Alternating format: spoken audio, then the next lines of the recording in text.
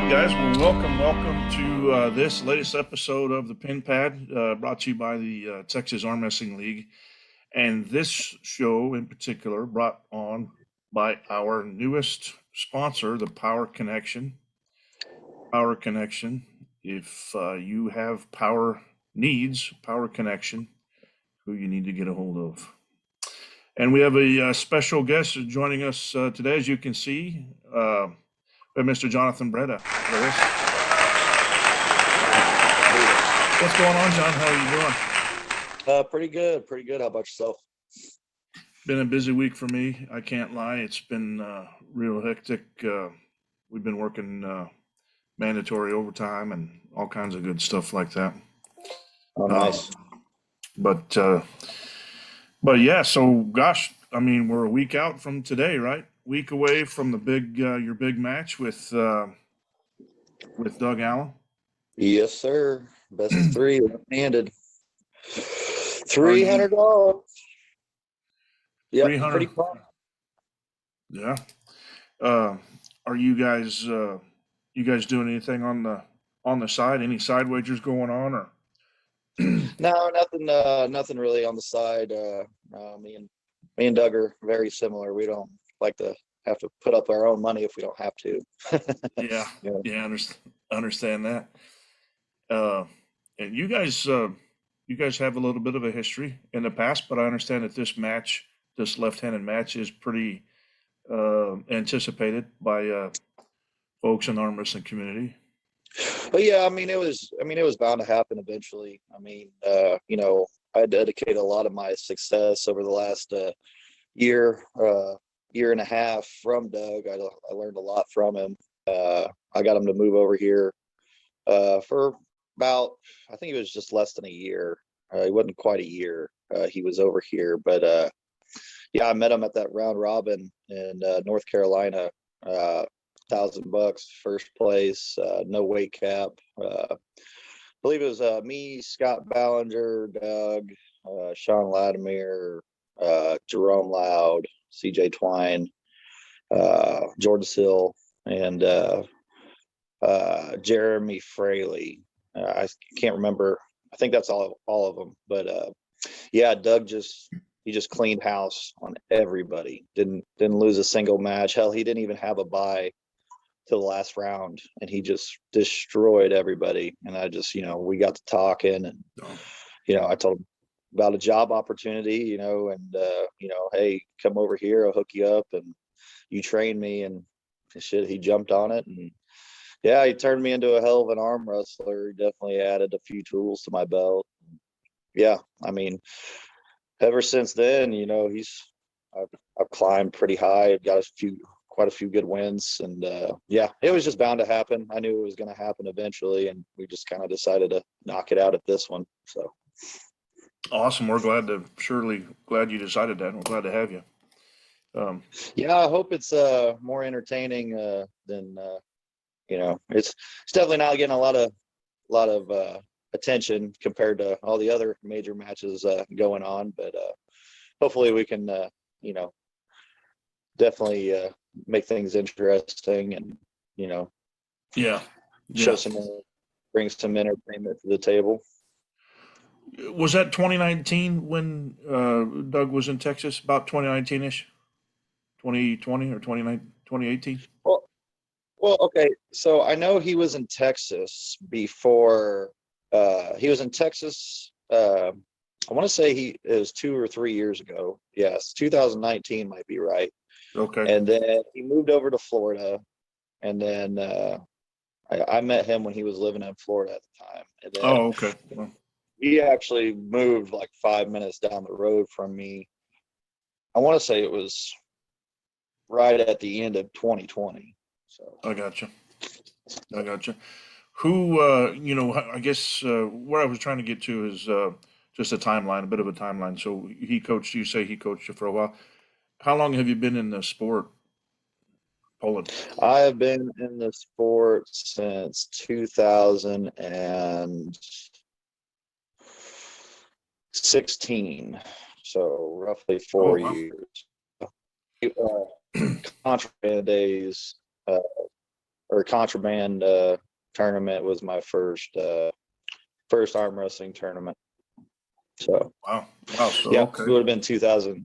It was either 2016, 2017. Actually, I think it was 17. Yeah, because it's right at 4 years, so 17. Yep.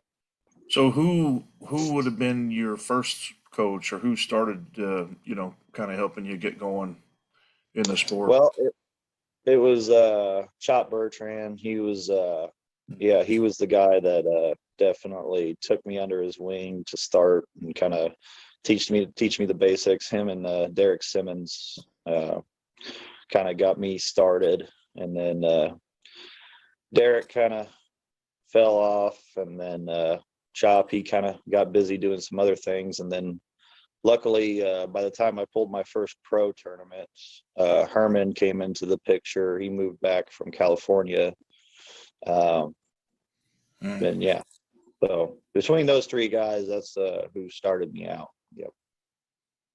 I got you. That's a fine list of first coaches. Let me tell you, not too many Oh, guys can say that absolutely, absolutely. yeah. I was very lucky, very lucky to be in the situation I was in. It's actually So, kind of funny. I actually potentially could have started back in 2000 and let's see, 2014. I actually started working at this security at this bar in Lake Charles. I don't know if you're familiar with Turbo, Joshua Turbo Barrow. He was on Game of Arms with Chop. the Big name's guy. familiar. He, yeah. I give him shit all the time, but he's known for losing to Ethan Fritchie, 160-pound dude, and Oh, really? he's 400 pounds. So yeah, I like to give him shit about that. But Ethan's a beast. But I mean, and Turbo's not known for his right hand, but still, either way it goes. But I was working security for him, and my first night working, actually, the head of security, Mark, he was trying to invite me to the tournament where Chop pulled Travis in a super match.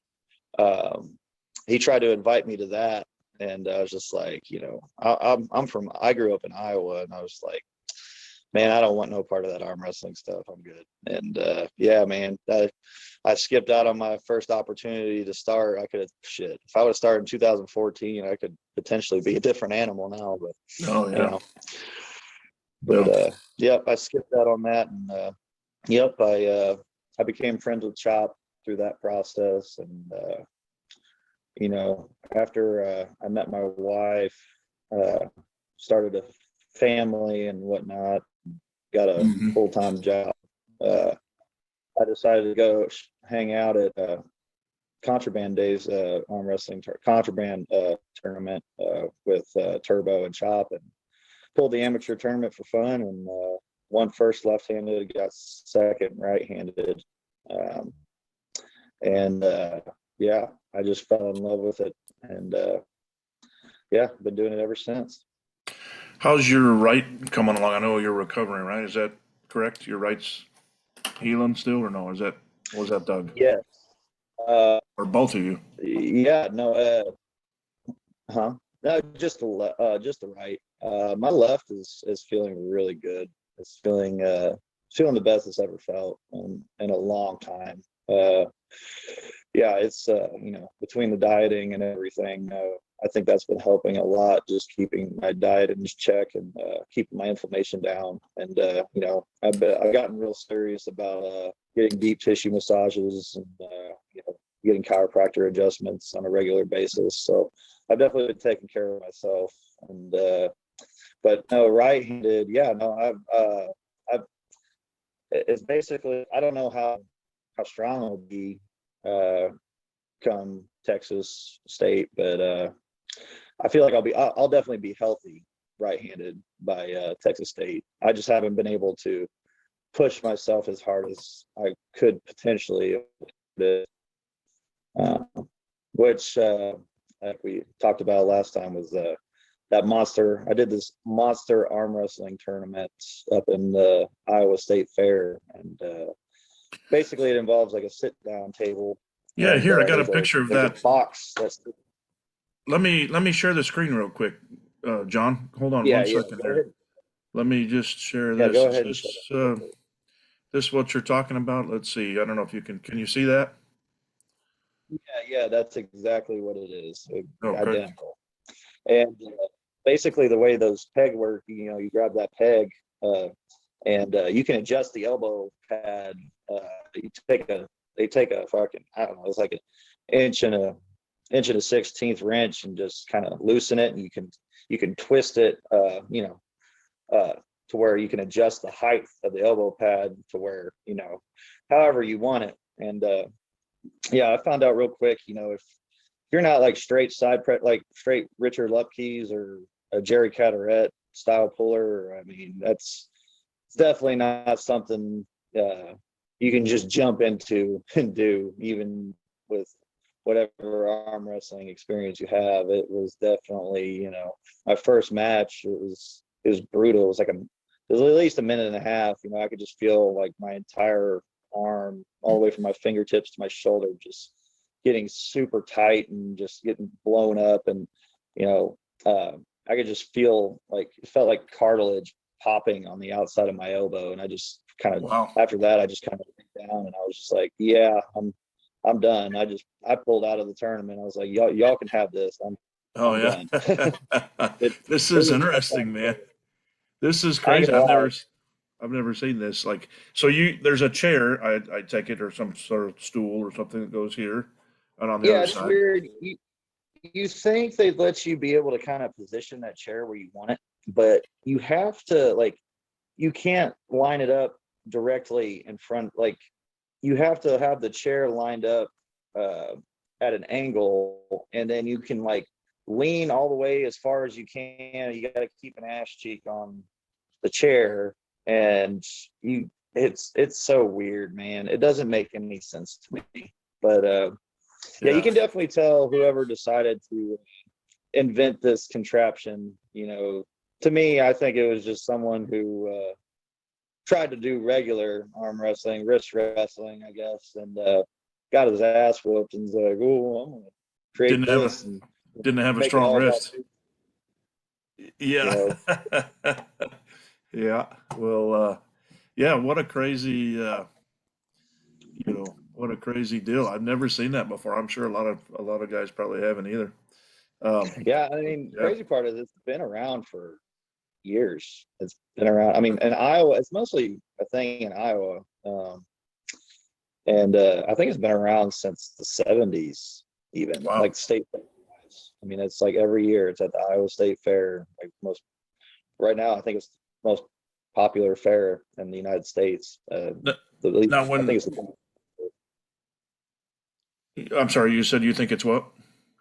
I think the Iowa State Fair is actually considered the biggest state fair in the United States. So Oh, I wow. guess maybe it's so popular. I don't know, but Wow. yeah, it's definitely interesting. Yeah, I'm curious how you would work that in, if, like a regular tournament, or it would just, I guess they had their own tournament, just, you know, yeah. It's I was just about to mention that for someone, and it's the same lady that's been running it for like over 40 years, and you'd figure after running a tournament like that for 40 years, you'd kind of have it figured out, but it was probably the most unorganized tournament I've ever seen. I Oh, mean, really? Hmm. yeah, I mean, I was sitting there. I mean, it wasn't even half the entries of a regular arm wrestling tournament, and it, like, if I would have stayed there, I would have been there for 5 6 hours. I'm like, this is ridiculous. Yeah. No. Somebody needs to figure something out here. I mean, nah. Well, that's pretty cool. So you kind of got a little bit of a taste of some armed sports of sort there, I guess at that event, and so Yeah. you're from that's where you're from originally, is Iowa, or is that what it is, or no? Actually, I was born in Lake Charles, Louisiana, and I actually parents got divorced when I was in kindergarten, and my mom's from Iowa, and we ended up moving back up. We moved up to Iowa when I was in kindergarten. Oh, okay. I lived up there until basically a year after I graduated high school, and then I moved back down here to kind of, I don't know, just kind of see what's out there and kind of check out a new scenery, pretty much. Yeah. So Yeah, I get that. Yeah, I have a similar story. Uh, yeah. So more about your arm wrestling. So it's been a little bit short, about 4 or 5 years, right? Um, what's yeah, yeah. your proudest match or victory uh, as at, as of this date? And if Mm, you beat Doug, will that surpass your next answer? I guess a follow up. yeah. Just the easiest answer for, yeah, if I beat Doug, that'll be the biggest one I've ever had, especially left-handed. Um, as far as my biggest win, it's tough to say. I guess if you were going to ask anybody who my biggest match was, they'd probably tell you when I beat Chris Chandler. I beat Chris Chandler 242 weight cap, best of 5, WAF rules. I'm the only person, I guess, I'm the only person that's ever 3-0'd Chandler in a super match, supposedly. And Oh wow. yeah, either arm, I guess. I didn't touch him right-handed. I don't think I even pulled him right-handed that day. But yeah, I beat him 3-0 left-handed. And I guess it's between that and I guess beating Jordan Sill in that round robin, fresh on fresh first match would probably be one of my 2 biggest wins, I suppose. Cool. Who's your favorite arm wrestler? Favorite arm wrestler? Mm. Probably Ivan Machustenko from Russia. Oh wow. Yeah, he's probably the best hook puller. Arguably one of the best hook pullers in the world in arm wrestling. Yeah, 242, probably wins the worlds every other year, pretty much. I think he's got a couple world titles, both hands. I mean, and it's pretty interesting too for a tall, lanky guy. He hooks primarily, and he could just, he's beat Vitali, almost beat Vitali in a super match. I think he got 2 wins on him. And this was like within the last 2 years as well. Hmm. And yeah, so I would say he's my favorite. Yeah, I like watching his training, and like I said, I like hook. I've always been a big hook puller, so I kind of, yeah, I Yeah. envy people like that. So speaking of training, what have you been doing, in the last, while to prepare for this match? Is anything specific or different than what you'd usually do, or? Well, it's been kind of tricky. I haven't really. It's been a long time since I've been able to really focus on really general strength training. I used to focus a lot on heavy internal rotation, not from horizontal to right here. I mean, vertically, yeah, from straight across pulley system, single pulley, straight across the table, right here. That motion, I focus a lot on that, and focus a lot on having a strong bicep first couple of years. But I've more or less, leading up to this, I've been focusing more on just getting my diet and everything in check, and just pretty much just getting to a healthy weight, and also, I guess, cutting weight. So I usually sit, for the last 3 or 4 years, I've been sitting at, anywhere from 240 to 250, depending on, how shitty I want to eat. Yeah, now, so my main goal was just really just get my weight down as quickly and efficiently as possible, so that way I can walk around at this weight for at least a couple weeks, 2 to 3 weeks or so, get used to it and train with it, train at that weight, so I haven't really focused a lot on strength training this go around, mostly a lot of just mainly being heavy on my hand and wrists, and just focusing on keeping my hand and wrist strong, and a lot of endurance type training mainly. Gotcha. Not as much table training as I'd like to have had leading up to this, but yeah. You mentioned your diet and eating clean. Is there anything that's been really helping you with that, or that you find that you're like, man, this is really getting me through this diet change, or has it not been a struggle? I mean, so I've had my good days and my bad days, but honestly, what's really helped me is intermittent fasting. I don't know if you're familiar with that. Sure. Yeah. Basically, your 8-hour time window where you can actually eat, and then you fast for 16 hours. I usually, I can skip breakfast. That's not an issue for me. So I usually around 11:30, that's when I'll start eating. And then, I'll quit eating around 7:30.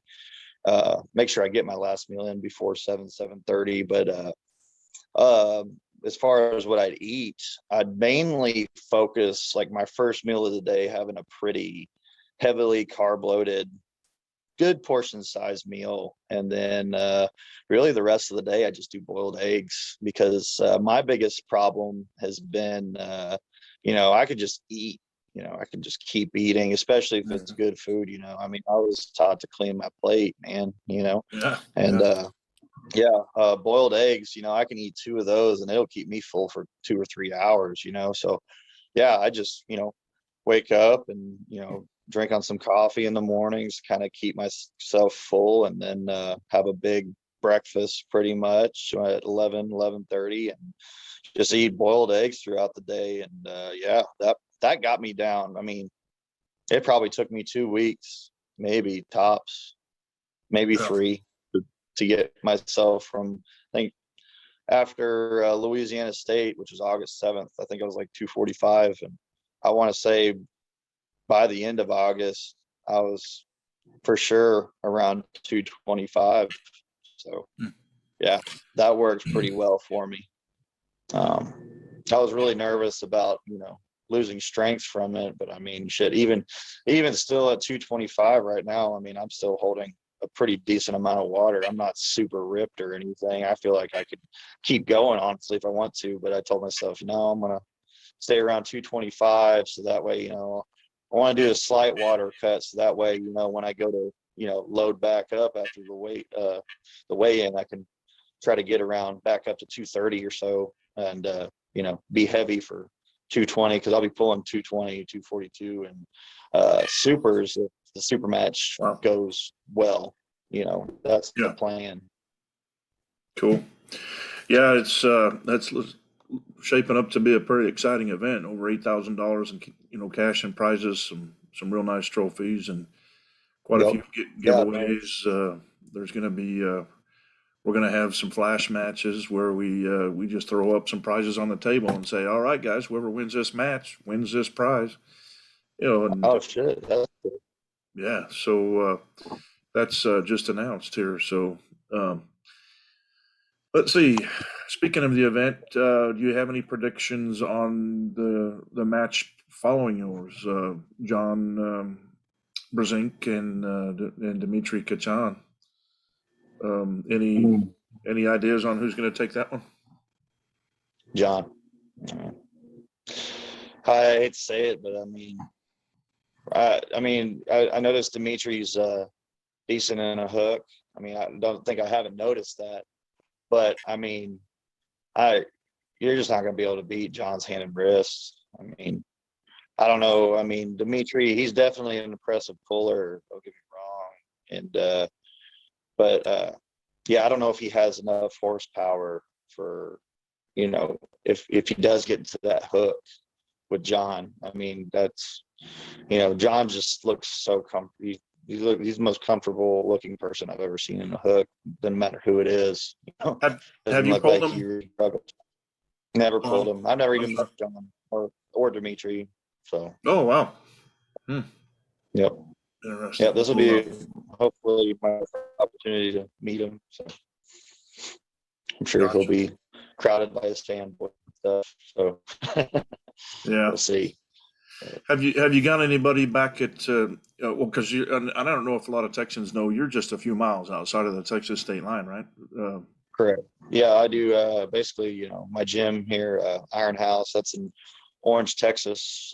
Yeah, I'm 4 miles from Orange, Texas, right at the border. So Right. yeah, I do literally everything in Texas, just live in Louisiana.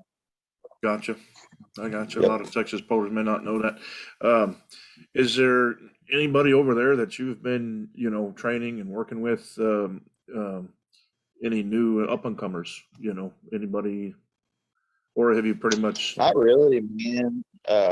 So if I was a more approachable guy, I guess I might potentially could have people come up to me at the gym, but I'm not a very approachable looking person when I'm in the gym. So usually people leave me the whole, but and I don't really like to be met, but I usually get in my zone. If you talk to me, I'm going to be pretty agitated. But yeah, no, I mean, I really just train with mainly Herman, and there's a few.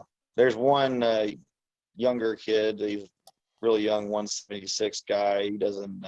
He's not as consistent as he could be, but I mean, he usually comes to practice, but he's more focused on college and stuff. But yeah, mainly Herman and Caleb Ricks and Cody Hago. Those are the guys I train with. Whenever I do get a chance to table train, because I got a pretty hectic schedule, so it's tough to fit that stuff in. Yeah, But bunch of monsters right there. Yeah, that's a good group. Yeah. Caleb, the Eastern director of the Texas Armwrestling League, and Cody. Man, Cody Haga has just really been making some leaps and bounds there, from what I'm seeing. So yeah, kudos to him. Yeah, no, he's definitely he's got a few impressive wins over the last couple of months. Yeah, I think he beat Grant Bundy last month at Louisiana State, and he's always been a big left-hander around here. Wow. Yeah. But yeah, definitely a very impressive win on his part. But yeah, no, they're good guys. They're good guys to train with. They definitely make me work for my money, especially Herman, of course. And yeah, Caleb, he's got a very good hand and wrist, so he's pretty tough. So yeah, we got a good little group whenever we can get together.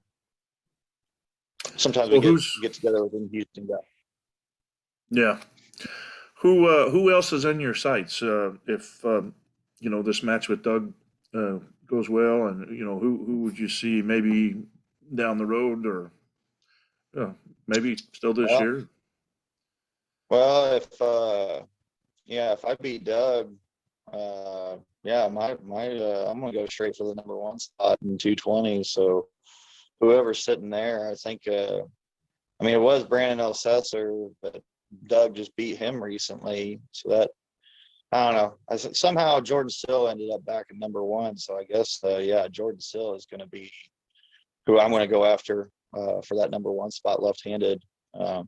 Definitely not ready for him right-handed, but I definitely going to try to get to the top of that left-hand 220 spot. Sure. Let us know when you want to set that up. We'll make that happen. Or do our best to make it happen, I should say. Okay. Right. Yeah. But that's awesome, John. I'm excited. I'm a fan. I can't wait to see you come to Texas State and your match with Doug, and then Paul in the tournament. We sure appreciate you. We've enjoyed watching your polling and some of our other events. Including Kima and the Eastern qualifier.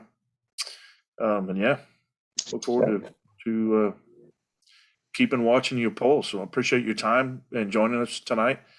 Yeah, just let us know if there's anything we can do for you. For sure. You got my number. Absolutely. Was there, before we leave, Yes, I guess, sir. is there anything else you want to tell the fans out there of Texas or Louisiana?